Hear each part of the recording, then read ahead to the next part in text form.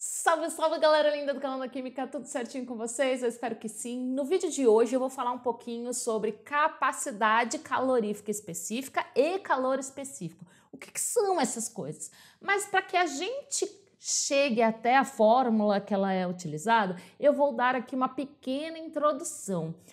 Eu quero primeiramente que vocês imaginem que vocês querem elevar a temperatura de dois sistemas ou dois objetos. Como assim, dois sistemas ou dois objetos? Vamos imaginar que você quer, por exemplo, elevar a temperatura de um copo de chá ou elevar a temperatura de uma bacia de água. A primeira coisa muito importante para isso é que, para que você consiga ter uma elevação de temperatura desse sistema ou de um objeto, você precisa aplicar uma energia a esse sistema. E para que você consiga entender o quanto aplicar de energia, a primeira coisa é saber o seguinte: cada sistema ou cada objeto absorve diferente quantidade de energia. Então você pode estar aplicando a mesma quantidade de energia, porém, dois sistemas podem absorver essa energia de maneira diferente. Como assim, professora? Na verdade, essa diferença de absorção de energia entre os sistemas, ela se dá por três principais fatores. O primeiro fator é a quantidade de material. O segundo fator é o tipo de material. E o terceiro fator é a variação de temperatura. Eu vou aqui detalhar esses três fatores. Se liga só. O primeiro fator, que é a quantidade de temperatura, é só você imaginar o seguinte: imagina que está aquele dia ensolarado, você está lá na praia, aquele solzão, e você está tomando uma aguinha para se hidratar, certo? E aí você tem um copo com água bem geladinho. E você está olhando para o quê? Você está olhando para aquele marzão lindo. Os dois contêm água. Agora, imagina, aquele solzão, você nem de guarda-sol está, então aquele solzão está batendo diretamente no seu copo. Você acha que vai demorar muito para o seu copo ficar com uma água morna? Não, né? Rapidinho essa água vai ficar morna. Em compensação, se você for até o mar, ele não vai ter a mesma temperatura que o seu copo d'água. Ah, mas os dois são compostos de H2O. Sim, os dois são compostos de H2O. Porém, a quantidade de material é bem diferente, né? Você tem aquele marzão com muita água e você tem ali um copinho com água. Então, aí já está a diferença. O segundo fator, vamos continuar imaginando lá a praia, já que a gente começou com ela, né? Imagine o seguinte: você começou a ficar com calor e você vai dar um mergulho. Só que como está muito sol, você começa a caminhar na areia para chegar até o mar e de repente o seu pé começa até a queimar, né? Você sai correndo porque a areia está muito quente. Bom, gente, a areia é basicamente composta de sílica, que é o SiO2. E você está caminhando sobre ela, está muito quente. E de repente você chega onde? Ali no rasinho de água. O que acontece? A temperatura já está bem menor. Então você consegue verificar o que com isso? Na verdade, você tem o mesmo sol ali, certo? Tanto para a água quanto para a areia.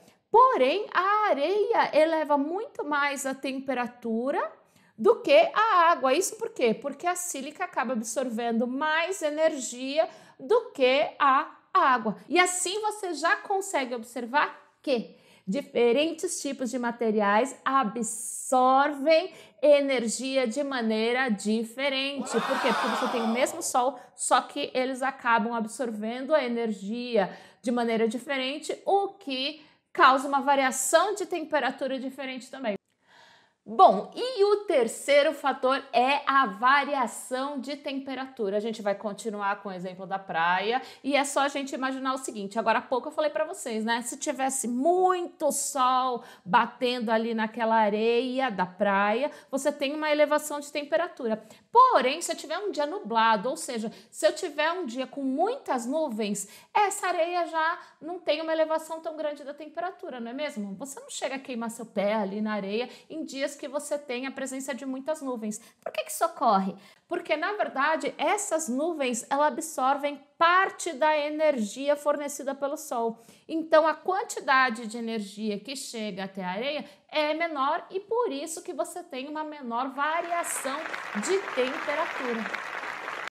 Bom, gente, então a gente já conseguiu aprender que diferentes sistemas absorvem diferentes quantidades de energia e que isso está ligado com o tipo de material, com a quantidade de material e com a variação de temperatura. Agora vamos aprender a calcular e vamos ver qual que é a diferença entre calor específico e capacidade calorífica específica. Se liga só.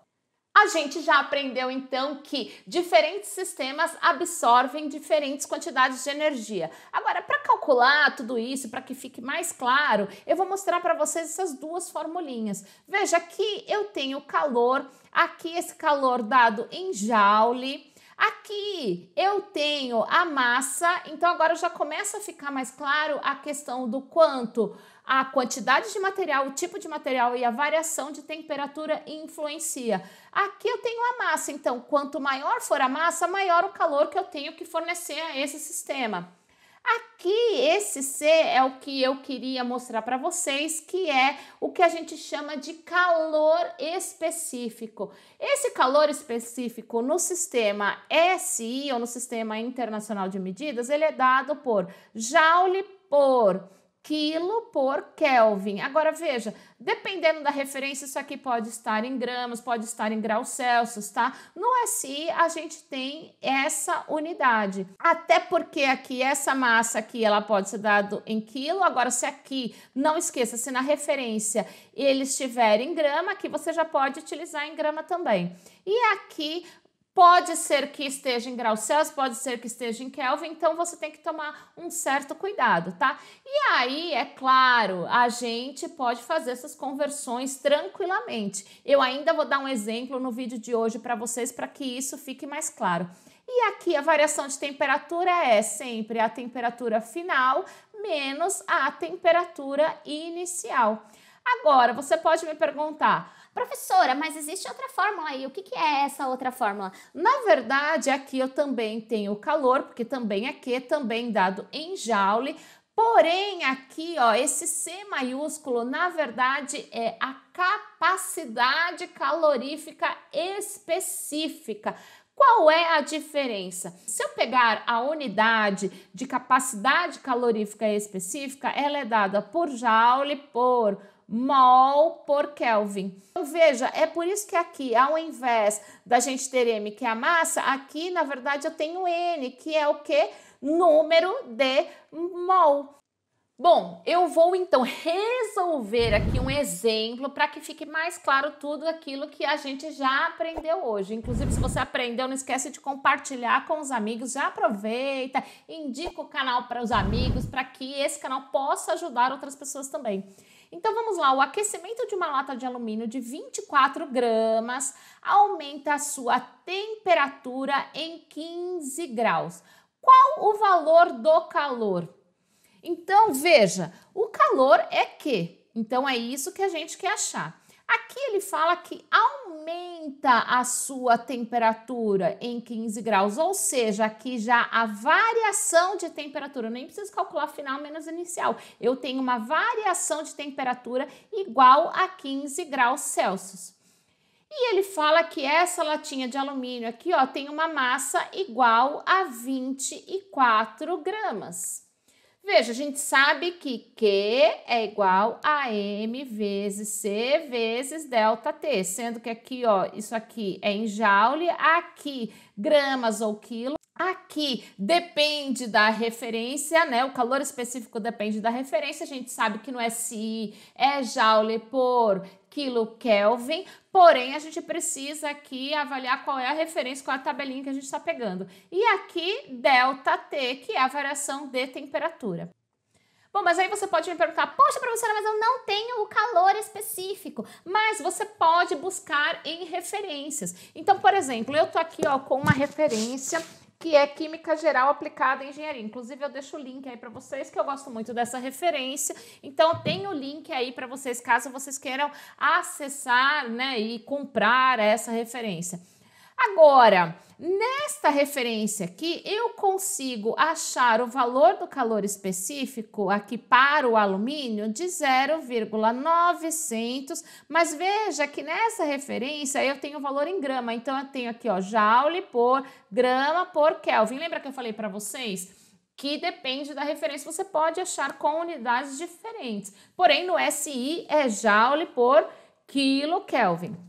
Agora, se a gente colocar aqui, se eu acho o calor específico aqui em gramas, aqui eu nem preciso fazer nada, né? Porque já está em gramas. Então, vamos calcular o valor de Q. Então, eu tenho aqui, ó, que Q é igual a 24 gramas vezes aqui, ó, 0,900 joule por grama Kelvin. Mas aí você pode me falar, professora, mas a temperatura está em graus Celsius, e agora? Veja só, gente, eu só vou dar um exemplozinho aqui para você entender. Se eu tivesse, por exemplo, 0 graus Celsius e isso daqui fosse para 15 graus Celsius, não está falando que é essa variação de temperatura, ele está falando que teve uma variação de 15, mas eu estou chutando que seja de 0 para 15 só para vocês entenderem essa relação. Para você passar de Celsius para Kelvin, você precisa fazer o quê? Você precisa somar com 273 para você chegar em Kelvin, certo? Então, aqui você teria 273 Kelvin e aqui você teria, também você somaria com 273 e, na verdade, aqui você teria o quê? Você teria um valor de 288 Kelvin. Agora, qual é a variação de temperatura aqui? 15 Kelvin, certo? Apesar de ter aí essa diferença entre graus Celsius e Kelvin, mas quando você fala de variação, a variação é a mesma. Então, aqui eu já posso colocar que também é 15 Kelvin.